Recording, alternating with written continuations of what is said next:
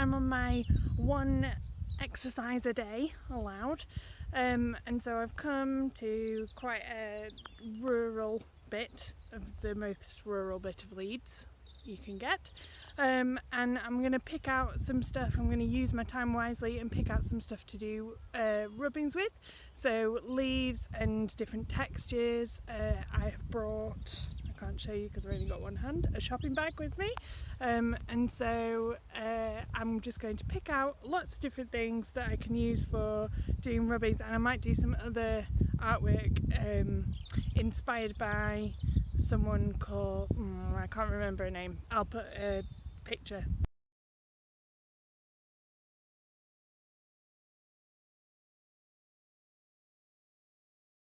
of her stuff on. So yeah, so just collecting things to do some more artwork with. You may as well, if you are out exercising, you can use that time wisely. So I'm back from my foraging trip, my little exercise, and I just wanted to show you what I got before I start making rubbings of them. I'm not going to show you how to do rubbings again because there's no point in showing you how to do things twice. So I'll just do a time-lapse thingy so that you can see it. The only thing that I will mention is that I'm probably going to use wax crayons as well as pencil crayon just to show you the difference, because wax crayons can make really good rubbings. So I picked up lots of random things. I think, though I'm not completely sure, but I'll let you know when I've done it. So the stuff that's got lots of veins, so like these, hold it close to the camera, those kinds of things, they're absolutely brilliant for rubbing, but you need to make sure that you have the veins sticking up. So instead of having it like that, you'll get a flatter surface like that. So you want it so that the veins, they're almost upside down under your page. I got some, just be careful with this, like anything that you've picked up on a walk, you need to make sure that you do not put your hands in your mouth after you've picked it. Make sure that you wash your hands really, really thoroughly after you've been doing all this stuff. A feather, again, I don't know whether that's going to work, but I thought, well, try it out. And some bark, and I don't know whether that's going to be a bit too rough, but I really, really like the texture of it, so I'm going to try it out and see what happens. So, I will do a bit of an arrangement and show you.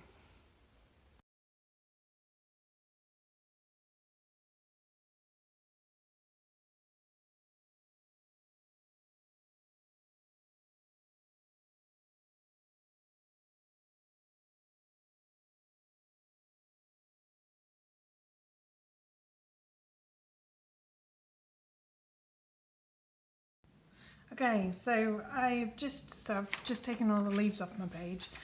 Just to let you know, I have used printer paper, so much thinner paper than the cartridge paper, because I tried doing it on the cartridge paper and you just didn't get anywhere near as much texture showing through. So I've used it on printer paper. So yeah, nice thin, just normal paper.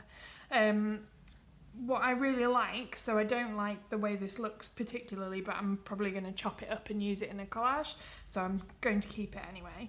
But what I really like is where I've used two colours, so where I've done the kind of lighter colour under the darker colour. I think that looks really, really effective, and you can see the lines a lot more. In terms of the leaves that work best, I don't really know what these are, but that one worked really well. And this, which I know this one's a dock leaf, so that guy, you get the veins really, really nicely on it. And then I think, and this is absolutely everywhere at the moment, like wild parsley or wild carrot. So I thought that worked really well, but I used that upside down, so like that, and that's what that one is, and this one here. So yeah, experimenting. So I'm going to do one with wax crayon now.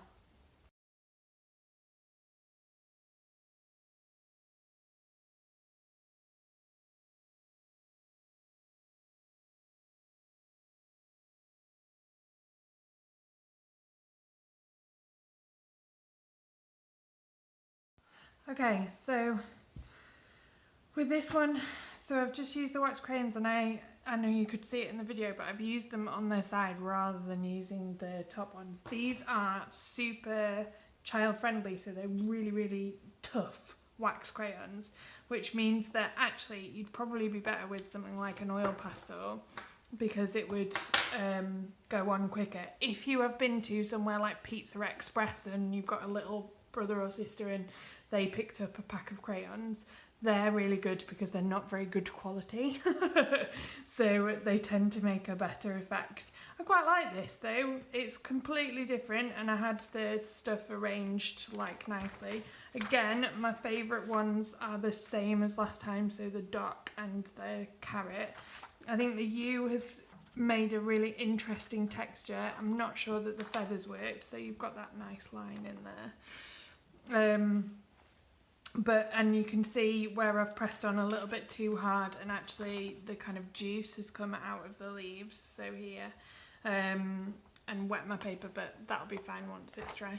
So yeah, an interesting experiment, and again I would probably cut this up and use it as collage, and I'll show you the collages later.